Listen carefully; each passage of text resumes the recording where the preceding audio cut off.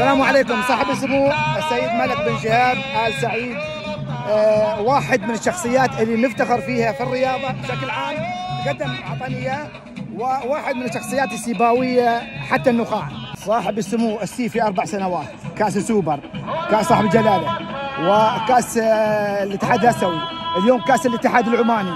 ما سر كل هذه الإنجازات والنجاحات؟ الحمد لله، نحن نعتبر انه استقرارنا في الاسامي الموجوده مع اللاعبين، تفاهم اللاعبين مع اداره النادي ومع فكر النادي مع استراتيجيه النادي هو اللي يساهم كذلك في جعل كل شيء سهل يعني امامنا. لاعبين مدركين قيمه النادي يعني قبل كل شيء، مش القيمه الماديه بل القيمه الفنيه لهم، وينعكس هذا على الملعب اليوم. يعني هذا استثمار سنوات يعني الحمد لله. ويقال الجانب المالي له دور كبير جدا في السيب ايضا.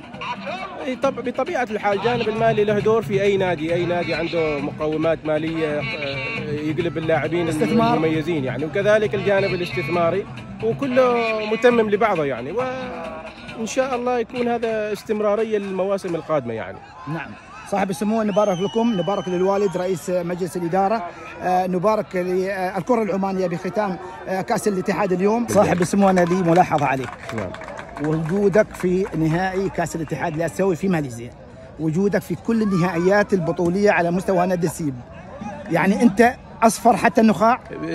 انا واخواني اعضاء مجلس الاداره هذا والوالد. طيب اكيد قدر المستطاع. الله يوفقكم صاحب السمو، هذا من طيب أصلك. جزاك الله الله خير. يحفظك. شكرا.